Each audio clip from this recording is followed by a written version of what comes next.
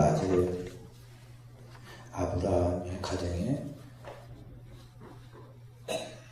대를 이어 언약의 신 이삭이 배필될 자, 그의 배필될 배우자인 리브가를 선택해서 결혼시키시는 하나님, 그렇게 해서 언약의 씨를 보존하여서 경건한 믿음의 후손을 만들고 인류 구속사를 완성하신 하나님에 대하여 말씀을 드렸습니다. 오늘 오후 예배도 계속해서 이어서 하는 말씀을 드릴 것인데요, 그 그리스도의 구속사를 이루가는 그 모든 구약의 이야기를 압축해가지고 한 장에 기록하는 내용이 마태복음 1장에 나와 있는 예수 그리스도의 구속의 이 기고입니다. 그래서 우리 한번 읽어보도록 하십시다. 마태복음 1장 1절부터 16절까지 말씀. 아브라함과 다윗의 자손 예수 그리스도의 세계라.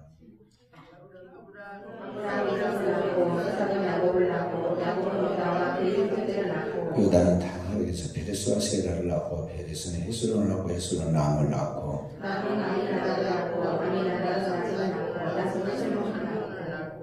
살몬은 라합에게서 보아스를 낳고 보아스는 룻에게서 오벳을 낳고 오벳은 이새를 낳고 이새는 다윗과 베라입니다. 다윗은 우리아의 아내 엘리사 솔로몬을 낳고 솔로몬은 르호보암을 낳고 르호보암 아비야를 낳고 아비야는 아사를 낳고 아사는 여호사밧을 낳고 여호사밧은 요람을 낳고 요람은 조시아를 낳고 우시아는 요담을 낳고 요담 아하스를 낳고 아하스는 히스기야를 낳고 히스기야는 므낫세를 낳고 므낫세는 아몬을 낳고 아몬은 요시아를 낳고 바벨론으로 사로잡혀 때 요시아는 여고냐와 그의 형제들을 낳으니라. 바벨론으로 사로잡혀 가되 여고냐는 스살레게를 낳고 스살레게는 스룹바벨을 낳고 스룹바벨은 아비웃을 낳고 아비웃은 엘리야김을 낳고 엘리야김은 아소를 낳고 아소르는 사도를 낳고 사도는 아킴을 낳고 아킴은 엘리웃을 낳고 엘리웃은 엘라사를 낳고 엘라사는 mat단을 낳고 mat단은 야곱을 낳고 야곱 마리아의 남편 요셉을 낳았으니 마리아에게서 그리스도라 칭하는 예수가 나시니라. 아멘.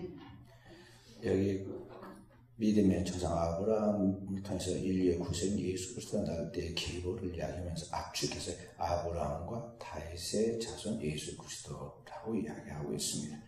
그렇게 하면서 오늘 낮에 보았던 아브라함 이삭을 낳고 이삭은 야곱을 낳았다. 근데 이 야곱을 낳을 때 그때 이삭의 아내가 누구냐? 오늘 낮에 우리가 함께 본 리브가이죠.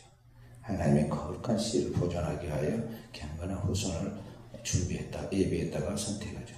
야곱은 여기 유다와 그의 형제들을 낳고 야곱이 낳은 자녀가 12인데 그 중에 유다라고 그랬고 유다를 지칭하고 유다와 그 형제를 낳고, 왜냐하면 하나님 구속사의 계보가 유다를 통해서 이어져 가기 때문에 유다를 이렇게 이야기했습니다. 그리고 3절에 유다는 다말에게서 베레스와 세라를 낳고, 여기 유다가 자녀를 낳는데 그냥 베레스와 세라를 낳았다 그렇게 말하지 않고 다말에게서 그랬어요. 이 다말은 원래 가나안 여인이었습니다.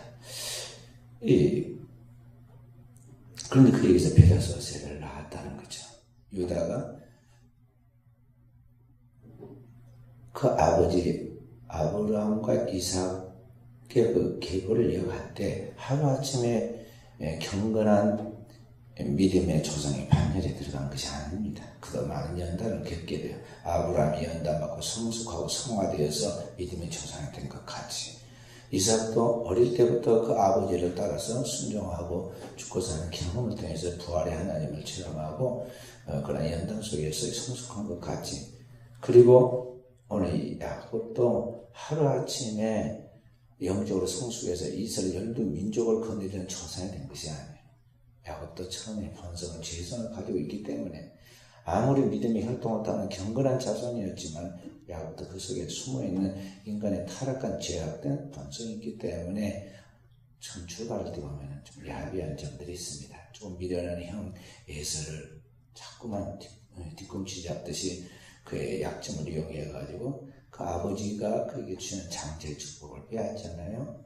팥죽 한 그릇을 빼앗고 나중에는 자기 형처럼 염소털로 무장을 해가지고 변장해서 눈이 흐린 그 아버지에게 들어가서 에서인 채하고 장자의 축복을 실제로 받게 되죠. 그 일로 인해서 이 야곱이 엄청난 고통을 받죠. 20년 동안 떠돌이 생활을 하고 처가살이 하면은 천득굴이 되는데 거기에 20년 동안 도예같이 이제 떠돌이 생활을 하고 거기에서 부인들을 얻어가지고 그런 고난 속에서 좋은 부인들을 만나서 거기에서 12자손을 얻었는데 그 자손을 얻어서 돌아오다가 다시 20년 전에 그 마음에 실수하고 잘못한 앙금을 잊어버리지 못한 에서가 그게 복수하러 올 때 그 문제를 풀려고 얼마나 발버둥 치고 기도하다 또 한 번 거듭나죠. 약복강에서 허리 황도뼈가 끊어지고 그렇게 하면서 거듭나고 이제 변화되고 겸손해집니다. 같은 날 같은 시간에 거의 태어났는데 누가 형이고 장자의 축복을 받고 누가 동생인가에 대해 늘 의문을 가지고 순종하지 않던 야곱이 자기 형을 만났을 때 7번 나아가 엎드려 절하고 형을 만나니 하나님의 얼굴을 보는 것 같다고 말하고 형에게 마땅한 예물로 감사 사례하죠. 완전히 변합니다. 하나님이 그의 이름을 이스라엘이라 하나님과 사람과 더불어 계보로 이겼다. 명예로운 이름을 주고 그것이 이스라엘 민족의 국호가 되고 그렇게 그로 해서 12아들이 태어났는데 12아들이 이스라엘 민족의 12조상이 되게 만들죠. 그리고 그의 아들 12이 있으니 그들이 다 하루아침에 성화된 게 아닙니다. 찌그덕찌그덕하고 싸우다가 다투다가 심지어는 그 중에 제일 잘나고 똑똑한 요셉을 그들이 공모해가지고 이제 죽이려고 하다가 나중에는 노예로 팔아서 그 돈을 차지하게 되죠. 그런 일에 어쩔 수 없이 함께 묶여있던 이 유다가 마음이 굉장히 심란해졌어요. 부모를 속이고 또 행정에도 마땅히 해서 안 될 짓을 하고 여러 가지 심리적으로 굉장히 좋지 않은 상태가 되었습니다. 그런 가운데 자기의 누이 동생을 지키지 못하고 여기 이제 세겜이라는 곳에서 그 여동생이 강간을 당했는데 그 복수를 해서 결국 그 땅의 민족들을 쓸어버리고 그렇게 나가는 가운데 여러 가지 하나님 백성답지 못한 그런 것들을 나타내게 되죠.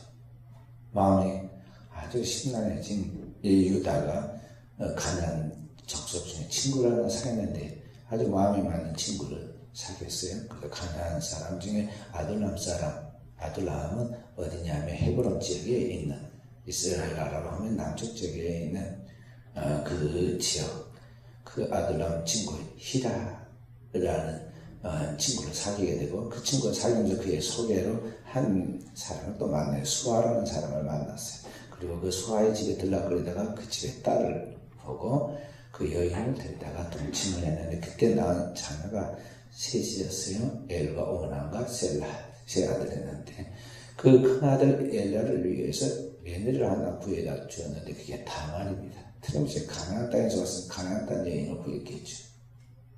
왜냐하면 타 부족이 왔으면 이스라엘 민족 자기의 그 부족 중에 한 누구라고 이야기했으면 상기 없는 거 보니까 분명히 그 땅 원주민 중에 한 사람인데 이 밭이 좋지 못하니까 가나안의 이방인 혈통을 타고난 그 수아의 딸의 가정에 태어난 자녀들이 다 죽지 않습니다. 그래서 엘도 하나님이 죽이고 오난도 죽이고 하나가 남은 세브라인데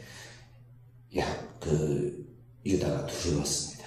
왜냐하면 이러다가 자녀 셋 다 죽게 생겼다. 오늘 우리 식으로 말하면 뭐냐면 여자가 잘 들어와 있는데 잘못 들어와서 집안이 망신했다는 거죠. 그래서 그 다말을 친정으로 보내면서 셀라가 아직 어리니까 장성하면 주겠다. 이스라엘 나라는 그 당대 계대결혼이라고 해가지고 형이 죽으면 동생이 그 형수에게 들어가서 이제 형을 대신해서 그 집안의 유업을 이어가도록 그렇게 하는 결혼 풍속이 있는데 그 풍속을 따랐는데 막내까지 죽게 생겼어요. 그래서 유다가 다말을 친정으로 보내고 자기 아들 셀라를 둡니다. 셀라가 제법 이제 크고 장성해 됐는데 약속을 지키지 않고 다말이 그의 시아버지 유다를 이제 유혹을 하죠. 다른 것이 아니라 나는 그 집안에 마땅히 들어가서 대를 이어가야 할 그런 사람인데 그 약속을 유다가 지키지 않는다. 시아버지 유다가 지키지 않는다는 거죠. 그래서 변장하고 창녀처럼 흉내를 내고 그 아버지 시아버지를 유혹해서 임신을 했는데 그렇게 해서 태어난 자녀가 여기 페리스와 셀라입니다. 페리스와 셀라입니다. 그러니까 이게 지금 사실 성경적으로 보면 이게 참 성경에 들어가서는 안 될 그런 이야기 같은 이야기들이지 않아요? 근데 성경은 가감없이 그 인간의 모든 삶, 인간의 아무리 구별된 하나님의 백성이라도 거듭나지 못하면 이렇게 죄성을 드러낼 수밖에 없는 죄인이라면서 보여주고 있죠. 그래서 유다가 이 다말의 사건으로 인해서 크게 충격을 받습니다. 그리고 그 며느리가 나중에 행음하여 아기를 임신했단 말을 들었을 때 호통을 칩니다. 집안의 어른으로서 행음한 그 며느리를 끌어다가 불살라버리라 그랬는데 그 여인이 끌려나가면서 이야기하기를 그 시아버지가 그에게 이제 주었던 도장과 끈 그것을 보내면서 이 지팡이와 도장과 끈을 보여주고 이 주인으로 말미암아 내가 임신하였나이다. 근데 딱 유다가 보니까 자기가 있습니다. 그때 합류하지 않고 그가 고백하기를 그는 나보다 옳도다 하고 거듭나요. 유다가 큰 깨집니다. 그 이후로는 그 다말을 가까이 하지 않고 완전히 변화되죠. 그렇게 하면서 유다가 이제 한 단계 영적으로 변화하고 업그레이드해요. 인간은 자기의 죄악됨을 발견하고 자기가 죄인됨을 인식하면서 회개할 때 거듭나고 성화되는 거예요. 그렇게 해서 이 유다가 이제 다말에게서 두 아이 베리스와 셀을 낳는데 그 중에 베리스의 후손이 이제 대를 이어가요. 베리스는 보면 헤스를 낳고 헤스는 남을 낳고 남 아미나답을 낳고 아미나는 나손을 낳고 나손은 살몬을 낳고 살몬은 여기 또 라합에게서 이 라합은 이 가나안 땅의 여인 중에서 기생이었던 사람인데 그 이스라엘 백성들 가운데 전파된 하나님의 말씀을 듣고 하나님을 믿었던 그런 여인이죠. 그래서 이스라엘 백성들을 도왔던 그 여인인데 이 살몬이 라합이라는 여인에게서 보아스를 낳고 보아스는 또 모압 여인 롯에게서 오벳을 낳고 오벳이 이새를 낳는데 이새가 누구냐? 다윗 왕을 낳은 사람이다. 그렇죠. 이제 다윗 왕의 계보가 흘러내려와가지고 이제 만왕의 왕이신 예수 그리스도가 거기서 탄생했다.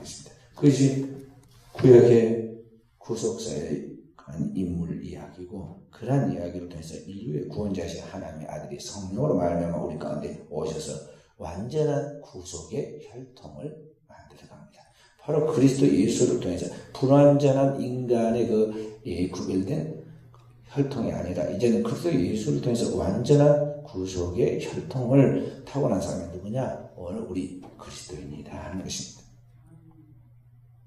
그래서 요한복음 1장 12절 13절에 오늘 우리는 예수 그리스도를 믿고 영접한 그 이후부터는 하나님의 자녀가 되는데 그렇게 된 것은 우리가 무슨 아브라함의 혈통이나 또는 누구의 혈통을 타서가 아니라 오늘 우리는 믿음으로 말미암아 하나님의 약속의 말씀을 믿고 믿음으로 말미암아 그리스도의 피로 그의 말씀과 성령으로 거룩해져서 하나님의 자녀가 된 사람이라는 거죠. 그렇기 때문에 오늘 우리는 이 구속의 은총을 받아 하나님의 자녀로서 우리가 하나님의 그 거룩한 백성답게 우리 자신은 거룩하게 살도록 늘 자신을 구별하고 또 그런 믿음의 가정을 세워가도록 힘써야 한다는 것입니다. 오늘 그리스도의 구원의 은총 아무나 예수를 믿는 것은 아닙니다. 믿음은 모든 자의 것이 아니고 오늘 하나님 앞에서 특별히 선택받고 구별된 하나님의 성민들이 있는데 그 속에 오늘 우리가 포함되어서 하나님의 은총을 받았는데 그 은총을 받은 하나님의 사람들이 거기에 나타난 것은 오늘 우리가 하나님의 약속 우리 안에 완성하도록 우리 또한 그것을 최선을 다해야 한다는 거예요. 믿음의 최선을 다해야 한다. 여기 오늘 여러분 우리가 신앙생활에 충성해야 그리고 믿음 안에서 최선을 다해야 할 그런 필요성이 있는 거예요. 아무나 다 하나님을 믿는다고 그렇게 한다고 해서 다 되는 것이 아니에요. 달리는 사람은 다 상을 얻는 게 아니다. 운동장에서 다른 잘하는 사람이 많이 눈까지 보이지만 그때가 상 받은 사람 딱 하나이고 멸류관 쓴 사람 하나인데 그렇게 되도록 너희도 최선을 다하고 있다는 것이죠. 그래서 전심전력하여 너희 진보를 모든 사람에게 나타나게 하고 그 상 얻는 마지막 한 사람 되기를 위하여 다른 걸 다 뒤로 하고 오늘 우리가 허공을 치는 어리석은 사람처럼 달려가지 않도록 오늘 우리가 믿음의 경주를 힘쓰라고 성경이 우리에게 가르쳐주고 있어요. 그래서 오늘 우리는 그리스도 예수의 피를 통해서 구원받고 하나님의 자녀되고 거룩한 성민이 되어서 완전한 하나님의 가정을 이루었는데 이게 얼마나 중요한 걸 알아야 돼요. 그러니까 믿음의 가정이라는 것, 이게 얼마나 복된 가정인 걸 알아야 한다는 거죠. 오늘날 같은 세속사회 속에서 사람들은 세상에 있는 교육이나 문화나 그런 문명이나 경제를 가지고 그런 것을 통해서 우리 인간의 가정이 행복할 것으로 잘못된 환상, 착각을 갖습니다.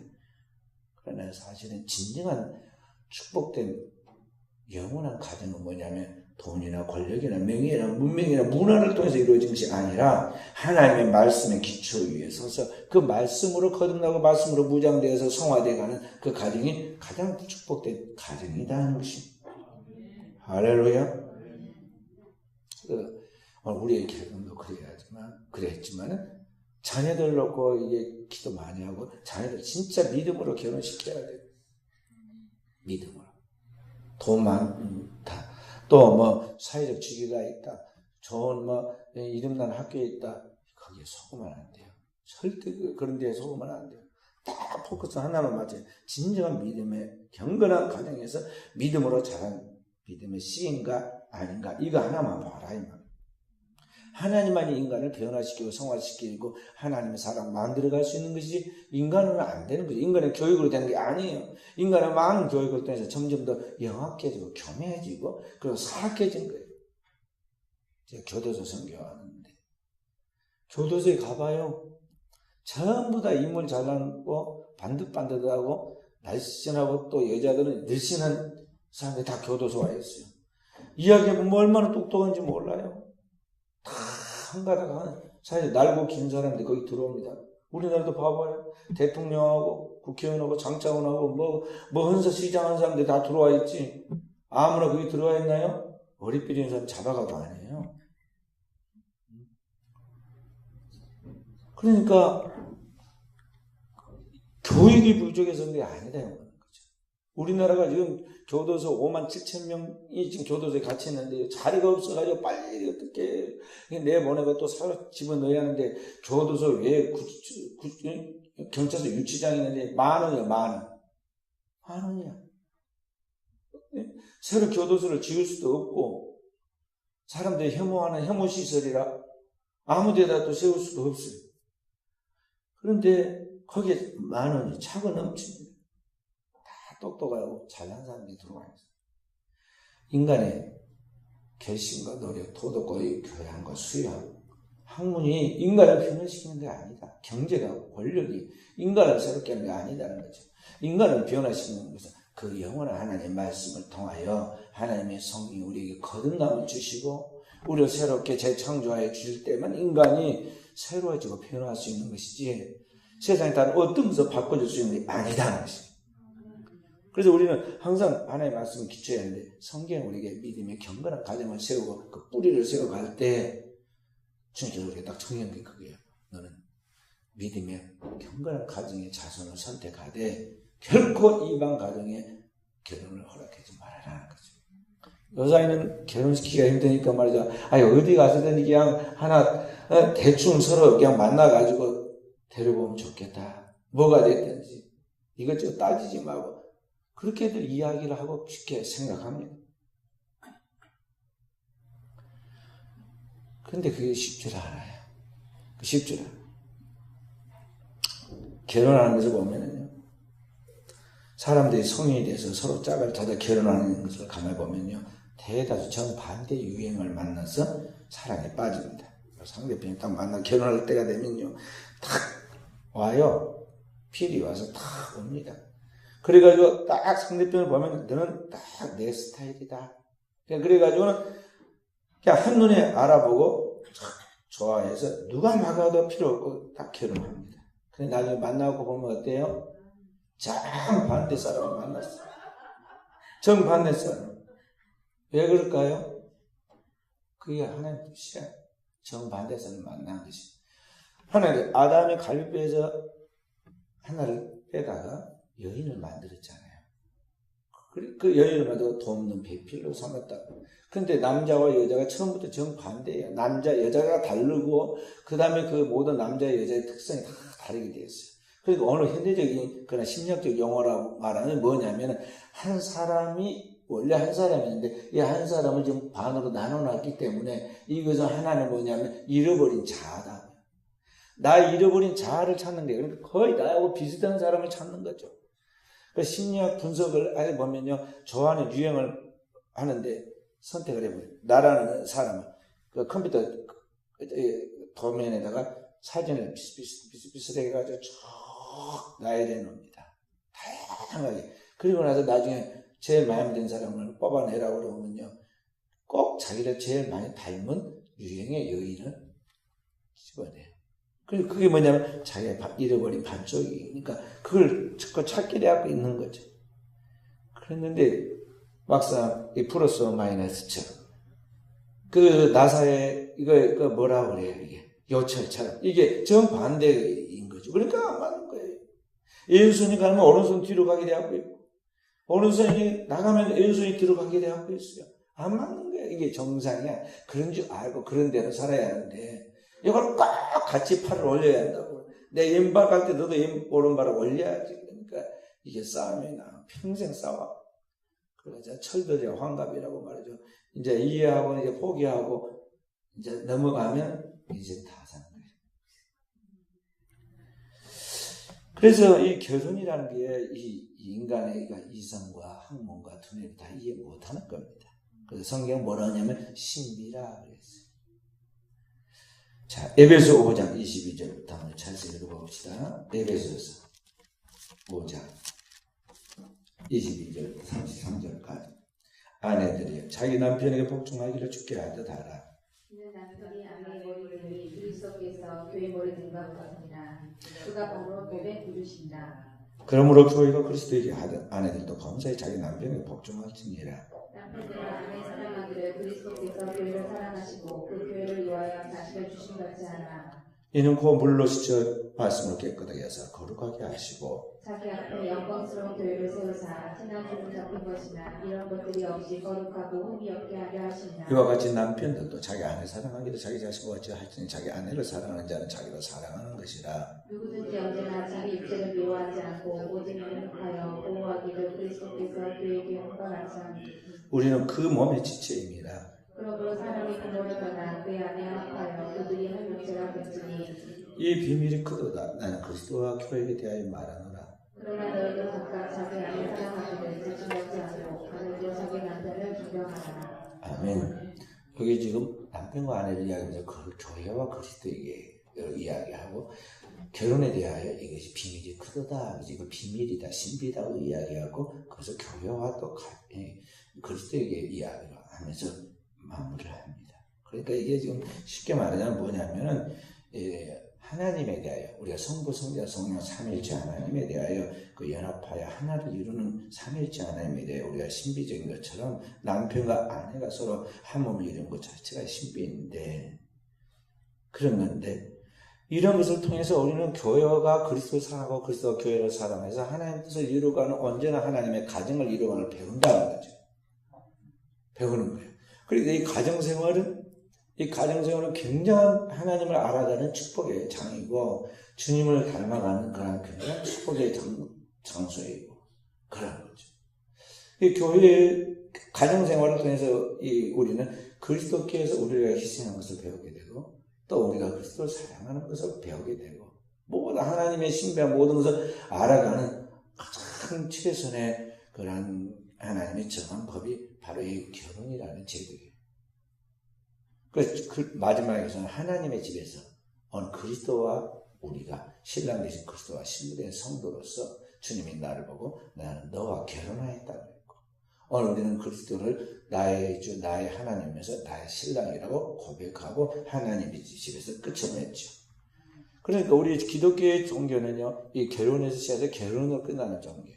땅의 결혼에서 시작해서 하늘의 결혼으로 마무리를 하는 그런 위대한 일들. 자, 이것을 교회 안에서 우리가 신앙으로 경건하게 훈련받고 그러한 것들을 가정생활에 우리의 이 사회에서 생활해가는 이 가정생활에 접붙여서 그것을 열매 맺는 것인데 그런 하나님을 닮은 이 가정에 대하여 어떻게든 마귀가 아담의 가정을 깨뜨리지 오늘날의 가정들을 깨뜨리면 온갖 마귀의 역사를 다 한다는 거죠. 그래서 이 세상의 모든 문화와 문명은 인간을 타락시키고 안일하게 하고 그렇게 해서 하나님의 영광을 가리고 하나님 뜻대로 살지 못하도록 작용하고 있는 사탄의 그러한 제압 아래 있어요. 그래서 우리 그리스도인은 이 세대와 이 세상의 풍속을 따르면 안 되고 이 세상의 물결에 동조해서는 안 되는 것이죠. 이 세상이 자기를 위하여 살려고 하고 자기 육체의 쾌락과 즐거움과 안일함을 추구해 갈 때 그리스도인은 십자가를 지고 주님을 따라야 하고 이 세상과 문화를 배격하고 그 주님의 뜻이 무엇인가를 쫓아 나갈 수 있는 깨어있는 영성을 소유한 사람들이 되어야 한다는 것입니다.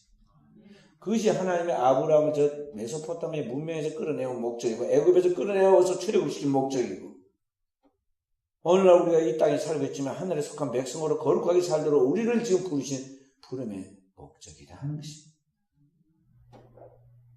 정신을 바짝 차리고 하나님의 말씀을 써 있지 않으면요 자칫 넘어져요. 특히 자녀들 대학 갈 때 조심시켜야 돼요.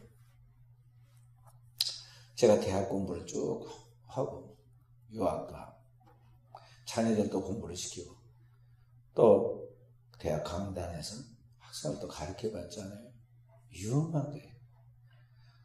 공부하는 게 꽤 똑똑한 것 같잖아요. 벌써 공부시키는 때 맨날 국회에서 싸우고 여야가 싸우고 자기들끼리 또 싸우고 그것만 하잖아요. 머리 굴려가지고 논리로 말을 표현하는 그 논리를 발달시켜가지고 누가 정확하게 또 분명하게 말해가 상대편을 제압하느냐 이것만 하잖아요. 나아진 건 아무도 없고 열심히 뭐 해가지고 생산하는 거 아무도 없고 국가가 준 세금으로 월급 받아가지고 맨날 쌈박질만 합니다. 대학교 보는 게 대단한 것 같지만요. 영적으로 바로 서서 그 학문을 소화시켜가지고 그 속에서 그 선한 도구로 만들어 사용할 수 있는 영성과 영능을 갖추지 못한 채 일반 공부만 진흥으로 습득해가지고 그래가지고 자격증을 따서 어디 사회에 나가서 활동하게 하면은 자기 영혼을 파멸시키고 다른 사람까지 파멸시키는 악한 도구로 쓰인다는 걸 알아요. 마귀가 그 역사를 해요. 최근에 우리나라에 들어와가지고 불교의 도를 닦는 중에 외국 사람이 하나 머리를 깎고 들어와서 우리나라에 이 절로 다니면서 나름대로 수도를 했어요. 그래서 유명한 사람인데 하버드 대학과 예일대를 졸업한 석학 출신의 유명한 외국인 성녀가 TV에도 종종 나왔을 거예요. 그가 어느 대학에 가서 강의를 했습니다. 아주 유명한 중이니까 한국말도 잘하고 그러니까 강의를 시켰더니 이렇게 말합니다. 증명하고 체험하지 모든 것은 다 부정하라. 그러니까 논리적으로 그래서 분명하게 증명하고 내가 감각으로 체험해서 알 수 있는 것이 확실한 게 아니면 다 믿지 말라는 거죠. 사람이나 누구나 자기의 행복을 추구할 권리가 있다. 그래서 동성애 결혼도 자기가 행복하다면 할 수 있다. 낙태도 자기 결정임으로 존중해야 한다. 미국 같은 나라는 각 주마다 동성애자들이 결혼을 합법화하는 그런 움직임이 있는데 한국에서는 기독교인들이 이것을 반대에 맞게 있다. 왜 기독교인들이 반대하는가? 그것은 곰팡이 난 옛날 신학책, 그 성경의 근거에서 반대하고 있기 때문이다. 그러니까 이 미국 출신의 미국은 실증주의거든요. 눈에 보이고 합리적인 것들만 믿어요. 그러니까 이런 분명한 것이 나타나지 않은 것 다 모든 걸 다 의심해야 하는데 의심에서부터 모두 학문이 시작된다고 말하는데 자 인간에 대해서 지금 여러분들 열린 사고를 가져야 된다. 옛날과 같은 봉건적 사회이거나 정근대적인 사고방식을 갖고 살지 않는 현대 지성인들은 자기가 생각하고 살아가는 모든 것을 같이 생각하고 사회에 가면서 그 속에서 무엇이 인간을 행복하게 하고 나의 행복에 대한 것이 무엇인가를 판단하고 그래서 선택할 수 있다면 자기가 결정해서 선택하라는 거죠. 그래서 동성애를 부추겨요. 동성애를 죄라고 말하고 낙태를 죄라고 말하는 기독교에 대해서 곰팡이 난 낡은 신학책이라고 이야기하죠. 그 젊은이 들을 때는 아주 막 카타르시스를 느낍니다. 상당히 개방되어 있는 열린 사고방식과 같고 나를 이해한 것 같이 보이고 상당히 내가 지적인 사람처럼 느끼게 만들어주죠. 오늘의 사회를 포스트 모더니즘이라고 하는데 요즘에 근대주의 이란 그런 뜻이에요. 다 현대주의라는 뜻. 그러니까 이 현대사회는 과거에 지금까지 왔던 모든 것들을 다 이제 인정하지 않고 배격하고 그 일정한 틀이 없는 그런 세계로 나가는 것을 말하는 것인데 생각의 사고도 그렇다는 거죠. 그런 타락한 세상의 사고방식의 구조를 가진 현대의 젊은이들이 전통적인 가치관과 교리들을 부정하고 새로운 이야기, 새로운 가치와 체계 속에서 자기들이 살아가는 것을 멋으로 생각하고 살아간다는 거죠. 그리고 소위 개성을 존중한다고 하잖아요. 그리고 현대인들은 자기가 행복하다면 자기의 행복을 추구하기 위해서는 동성애가 할 수 있고 낙태도 존중받아야 한다고 그렇게 생각하죠. 겉으로 보기에는 굉장히 멋진 말 같고 수준 있는 것 같이 보이지만 이 속에는 오직 내가 스스로 하나님이 되고 왕이 되겠다는 이야기와 내 마음대로 살겠다는 그런 극단적 이기주의에서 나오는 사고방식인데 이런 인본주의 사고방식이 무엇이냐? 사탄이라는 것이죠. 하나님의 일을 생각지 않고 사람의 일을 생각하고 자기만 생각하는 것이죠. 이 사탄의 사고방식이 종말에 가면은 반드시 나타난다고 성경이 우리에게 이야기했어요. 디모데후서 3장 1절부터 거기 보면 쾌락을 사랑하기를 하나님 사랑보다 더하고 돈을 사랑하고 냉정하고 이기적이고 부모를 사랑하지 않고 원망하고 그런 이야기 쭉 나오잖아요. 종말에 사단의 지배를 받은 악한 현상이에요. 바로 그러한 사회 속에다가 이 문명과 문화의 발달 속에서 이 자유가 팽배하고 그 다음에 여러 가지 인간의 삶의 그러한 것들이 이렇게 아주 편리하게 사는 이 사회 속에 오늘 우리의 자녀들이 가서 살고 있다는 거예요. 슈만 어렸을 때는 엄마 아빠 막 귀찮을 정도로 쫓아다닙니다. 그러다가 이제 대학교를 가봐요. 누가 간섭하는 사람 아무도 없습니다. 대학교 교수들도 몇 시에 와라 가라 그런 말 안 합니다. 자기가 선택해서 몇 과목 신청하면 그 과목 시간에 와서 출석만 하면 돼요. 그거 다 안 해도 돼요. 그래서 과락 수준이 있습니다. 3분의 1인지 5분의 1인지 그 안에서 개설 안 하면 점수가 나오게 돼요. 그러니까 모든 걸 자기 마음대로 할 수 있게 되죠. 거기에서 친구들도 사귀고 이성도 사귀고 문화도 즐기고 그 젊은이들 봐봐요. 돈도 하나도 못 버는데 아주 막 부모들이 안 하는 것은 다 합니다. 우리 부모들은 믹서커피 그거 멋지게 사고 그거 타먹고 있는데 지금은 그저 카페에 가가지고 말이죠. 그 커피도 다양한 이디오피아에서 온 것이 있고 케냐에서 온 것이 있고 브라질에서 온 거 다 있는데 골고루 자기 입맛에 맞춰서 사 먹습니다. 요새 커피가 얼마나 비싼가요? 이 시골 순천에도 가면 4,500원, 5,500원, 6,000원 그래요. 그런데 다른 데 가면 더 비쌉니다. 제가 롯데백화점인가? 롯데? 서울 롯데 3층 그 꼭대기 올라가 봤더니요. 커피가 12,000원더라고. 12,000원. 그래서 저는 안 먹었어. 안 먹어. 그 나이 많으신 어르신들만 사드리고 저는 돈이 아까워서 안 먹었습니다. 12,000원 주고 커피를 왜 먹어야겠어요?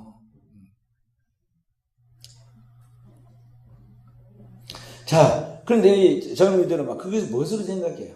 그래서 그런 것 정도가 아니에요. 뭐 옷을 입어도 뭐 이걸 입으나 저걸 입으나 사람이 옷의 가치를 정해야 하는데 맞지? 옷이 사람의 가치를 정하는 거야. 제 가방을 우리 집사님들이 옛날에 사줬는데 가방을 그러더라고요. 목사님 얘기가 지금 마크가 붙어가지고 있으니까 이쪽이 밖으로 나오고 들고 다닌다. 이쪽으로 들고 다니는데 저쪽으로 들고 다니는데 무슨 상관이야? 사람이 결정해야지 옷이 사람을 결정하고 뭐가 결정은 아닌데 현대인들 그게 아니에요. 옷이 날개고 그 사람이 무엇을 입고 무슨 명품 무엇을 드러내에 따라서 사람의 가치를 좌우하는 거죠. 그래서 아무것도 없는 젊은이들이 말이죠. 어떤 방법으로든 아르바이트를 하든지 뭘 해가지고 그 뭐 하나 명품 뭘 가지고 그래서 아주 긍지를 갖고 다닌다. 어른들은 보지도 않은데 관심도 없는데 스스로 자기 만족을 하는 거죠. 이런 사고방식에 사는 젊은이들 이 현대 문화 속에 숨겨져 있는 이 퍼즐처럼 감춰져 있는 이 세속화의 물결 그리고 그 속에서 역사하는 악한 영인 사단이 인간을 타락시키고 있는 그 생각과 사상 그 타락한 문명 그 정신들이 무엇인가 분별을 못한다는 것이죠. 그리스도인은 하나님의 영적인 통찰력 분별을 가지고 영분별을 가지고 이게 하나님께로부터 온 것인지 아니면 세상으로부터 온 마귀적인 것인지 잘 분별해서 이 세상과 세상에 있는 것들을 사랑치 않고 오직 위로부터 보내신 하나님의 온전한 은사와 선물을 따라 그 하나님 앞에 영원한 생명에 가치 있는 절대적인 것만 쫓아 나아가도록 버릴 것을 버리고 취할 것을 취하는 거룩한 삶을 추구하도록 어릴 때부터 부모가 잘 가르치고 세워서 하나님의 교회에서 자라고 하나님의 거룩한 생각과 사상으로 무장해서 나아가도록 해야 한다는 것이죠. 할렐루야. 그런 경건한 믿음의 가정, 믿음의 거룩한 혈통들을 하나님의 교회에서 철저하게 무장하지 않고 세상으로 내보는 것은 완전히 마귀의 밥이 되게 하는 거예요. 너희를 보내면 양을 이리 가운데로 보낸 것 같다 한 것과 같은 거예요. 어느 순간인가 이리가 양의 가족을 벗어버리고는 그 다가온 순진한 어린 양은 삼킬 것인데 오늘 그와 같은 위험한 세상에 우리가 살고 있다는 거죠. 현대사야 점점 세상을 달려가고 있어요. 육신의 정욕과 안목의 정욕과 이생을 쫓아 이생의 자랑을 쫓아 살아갑니다. 무엇을 먹을까 마실까 입을까에 대한 육신의 생존에 대한 우선순위를 두고 살아갑니다. 이 세상과 세상에 있는 사람뿐만 아니라 자기 육체의 몸뚱이를 하나님 사랑하는 것보다 더 사랑하고 쾌락 사랑이 하나님 사랑하는 것보다 더 사랑하면서 살아갑니다. 그래서 오늘 교회가 점점 세속화되어가지고 노인들만 남고 어린이 청소년들이 사라진 거예요. 그래서 요새 기도를 하면 기도 안 나와요. 기도 안 해요. 누구를 위하여 종을 울립니까? 누구를 위하여 기도하는 걸까요? 지금부터 3000년 전에 그때는 타락함이 없었나요? 그 시대에 세속화가 있었다고요. 제사장 가정까지 사사시대를 거쳐서 제사장 가정까지 막 영적으로 약해지고 타락해 갈 때 그래도 제단을 지키고 기도하는 사람이 있었어요. 누구냐? 사무엘. 제단을 떠나니까 어릴 때부터 하나님의 등불을 지키면서 분양하면서 기도하니까 하나님의 음성을 들려주고 하나님의 말씀을 전해서 그 백성을 살게 하잖아요. 오늘의 이 시대 이런 믿음의 경건한 가정들 거룩한 가정들을 이루도록 기도해야 하고 그렇게 무장시켜야 하고 그렇게 살아야 한다는 것입니다. 할렐루야. 우리 교회에 한 세대는 가고 한 세대는 오는데 다음 세대 또 다음 세대가 올 거예요. 그 다음 세대를 바라보고 교회 일꾼들을 훈련시켜서 지금 세우는 거예요. 그냥 적당히 하면 쉽겠죠. 그러나 철저히 무장시켜놔도 믿어주의 조상 아브라함의 후손도 그렇게 훈련받은 이삭의 후손, 야곱의 후손도 유다의 후손도 나이가 가니까 점점 세속화되어 가잖아요. 인간은 나이가 가면 점점 늙어가고 기억력의 상태되고 그 다음에 세상을 닮아서 영악해지고 타락해 가듯이 우리 믿음의 가정이 경건하게 훈련받아도 그 다음 세대가 그 보존해서 유산으로 잘 이어가기가 쉽지 않아요. 그렇기 때문에 우리는 하나님 말씀을 생명으로 알고 근신하고 깨어서 기도하고 자녀에게 다른 어떤 것들을 유산으로 남기는 것이 아니라 믿음의 거룩한 전통 유산으로 남겨라 하는 것입니다. 할렐루야. 그래서 우리 수치를 믿게 사랑케 한 종들이 오늘도 이러한 믿음의 가정을 이루어가도록 이 사순절 기간에 하나님 앞에 본격적으로 기도하십시오. 내 새벽부터 나와서 하나님 말씀부터 기도해야 합니다. 기도하면서 이 지역과 가정과 사회를 구원할 수 있는 경건한 믿음의 가정을 세워주십시오.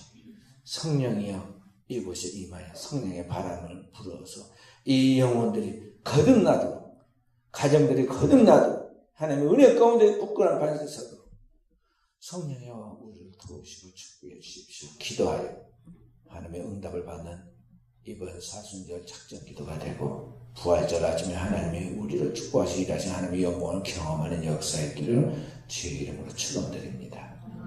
거룩하신 아버지 감사드립니다. 오늘도 말씀 붙들고 기도하오니 주의 종들을 축복하옵소서.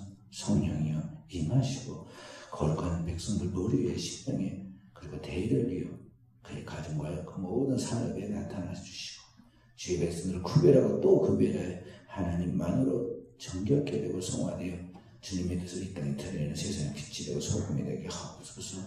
모든 말씀을 구주 예수님 이름으로 기도하옵나이다. 아멘.